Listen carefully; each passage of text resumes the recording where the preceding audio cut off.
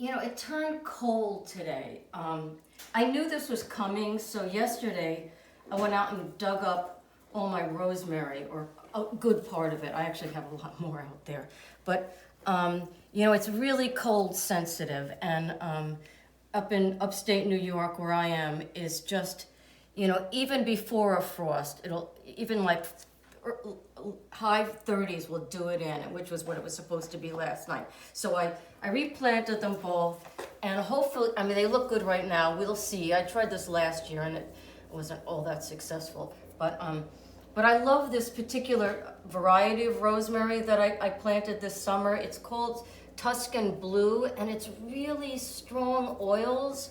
It's just like so intense and powerful. It reminds me of, like, the smell reminds me of some of the rosemary bushes I've seen in southern Italy around Campania, where they grow really, really big and tall. Of course, it never gets cold enough there to kill them, so they last for years and years. But the rosemary down there in Campania, Puglia, the area where my family is from, is really, really strong. And they use it in a lot of things, and they use it medicinally also. But it just smells like heaven to me, and so I'm really gonna try my best to save this stuff this year. So there it is, and we hope for the best. It's been in one day, and it looks good. So that's that, and so speaking of rosemary, I brought some other kinds of rosemary in. I also have this cascading rosemary that it's going over this rock garden I have out there, and I couldn't really rip that up and bring it in because it's all over the damn place. So I just brought a bunch in to show you. And this is also really, really strong, and it's very sticky. You know, when you get fresh rosemary, not the kind where you get in the little packages in the supermarket. I mean, there's nothing wrong with that, believe me. That stuff's not bad. But this stuff is very resinous and incredibly sticky. I kind of love that. So the first thing I want to show you what I like to do with rosemary. This is one of my new little projects.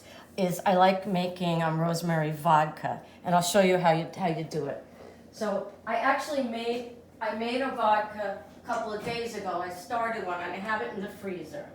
So I mean, there's nothing to it. Basically, what it is vodka with rosemary, and so this has been steeping for about 3 days. You don't need much more than that, but it's really, really, powerful, and it's really strong. So I'm going to show you how to make my new favorite drink. This is basically, this is a Rosemary Martini. Now, I'll tell you, I don't love gin, but I love the idea of mixing herbs in with booze. So I decided to try different types of herbs infused in vodka. And the one I love best is the rosemary one. And I realized that the martini made with this is just superb. So, I mean, I keep everything in the freezer. This is really, really cold. So I don't even strain it. That. And I like my martinis pretty well sweetened with a lot of vermouth. So I'd say I like about a quarter vermouth. I know to a lot of people that's crazy, but I love it that way. And then give it a little stir. And then garnish with a couple of Picholine olives and a branch of this gorgeous cascading rosemary. And that's my drink. It's a beauty. It's really delicious, and it's really sticky and cold. And this one is from my cameraman, so you want this? It's good, right? Well, let me put it over here. I'll stick it over here so you can have it while you're finishing this little film. Oops, there it goes. Okay, there you go. Bottoms up. So anyway, that's really easy to make. Now, I'm just gonna stick this back in the freezer. Okay. All right. So that was a good thing. That's truly a delicious drink. So, I would like to make for you, I thought I would try a bunch of really simple things that I make with rosemary, flavored with rosemary, as opposed to, long cooked stews and stuff, just to show you that it's actually really versatile. It doesn't have to be, stewed out, heated out, long cooking. Some people think that rosemary is so strong, you've got to like throw it into a big stew pot and let it cook for hours. I mean, a lot of people think you can overdo it with rosemary. I don't really see how that's possible, frankly. But so another thing I like to make with this is a really nice bruschetta, and I will show you. And what I did was I roasted some grapes. I'll show you. I'm gonna get it out now. Oh yeah, these are looking good. Wow. Okay. Here, look.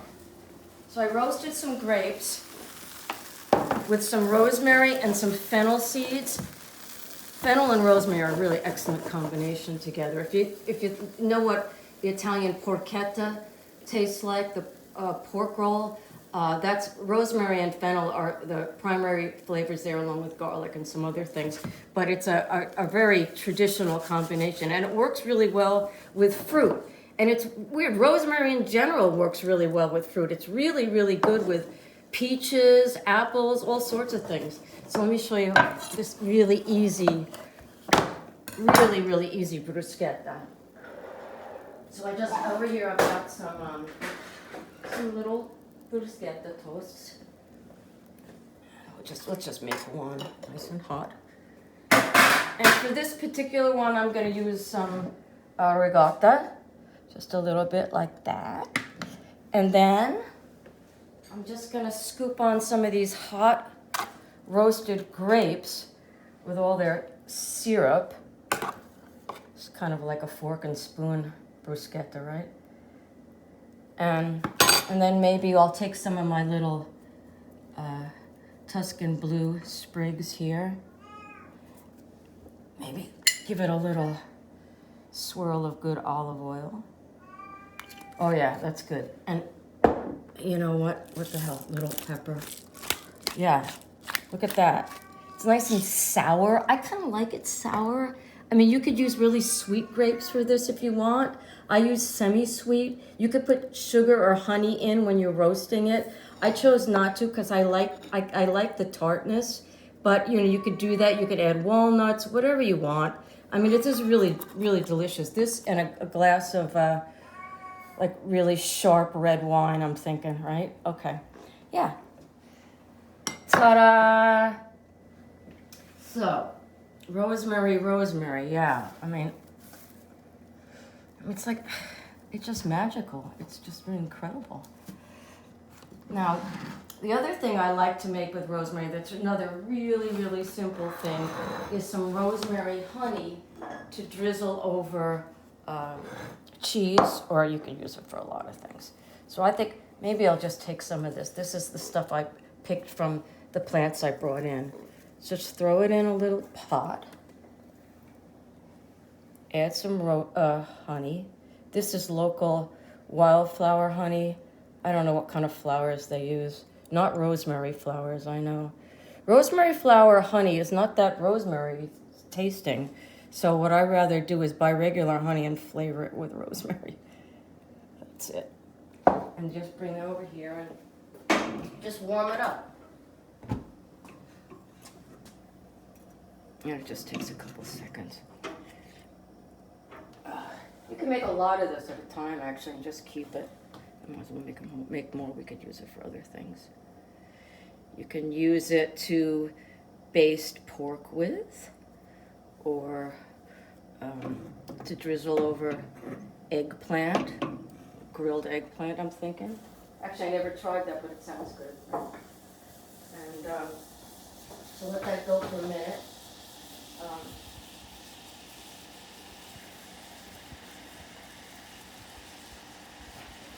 Okay, let's see what we got here.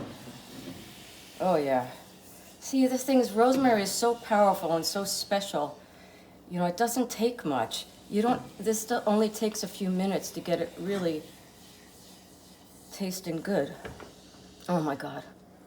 It's you know, with the rosemary, which is so resinous, and the honey, which is sweet but also slightly bitter, it's pretty special flavor and aroma. Okay, you know what? I'm gonna turn that now. Turn it off. Okay. Okay, let's bring it over here. And we just, I mean, this is so simple. I think I first had this dessert in Tuscany years and years ago, and this is just a young Tuscan Pecorino, which is how it was served to me. And I just use a couple of slices, like that. And then you just drizzle a little of the honey over it, like so. Oh my God, look at that. And then I like to finish it off with some pine nuts. You can use any kind of nuts or not any nuts. Maybe a little more of the honey. Oh man, okay. And then maybe, you know, everything's better with a little garnish. That's it. Beautiful, right? Yeah. So, you know, rosemary is a very interesting herb. It is really powerful, but the power is what, you know, really draws me to it. And, you know, in Southern Italian folk medicine, it holds all sorts of powers. They consider it to be a thing that saves people's memories. And, you know, I like the idea of that because frankly, my memory's not that great anymore.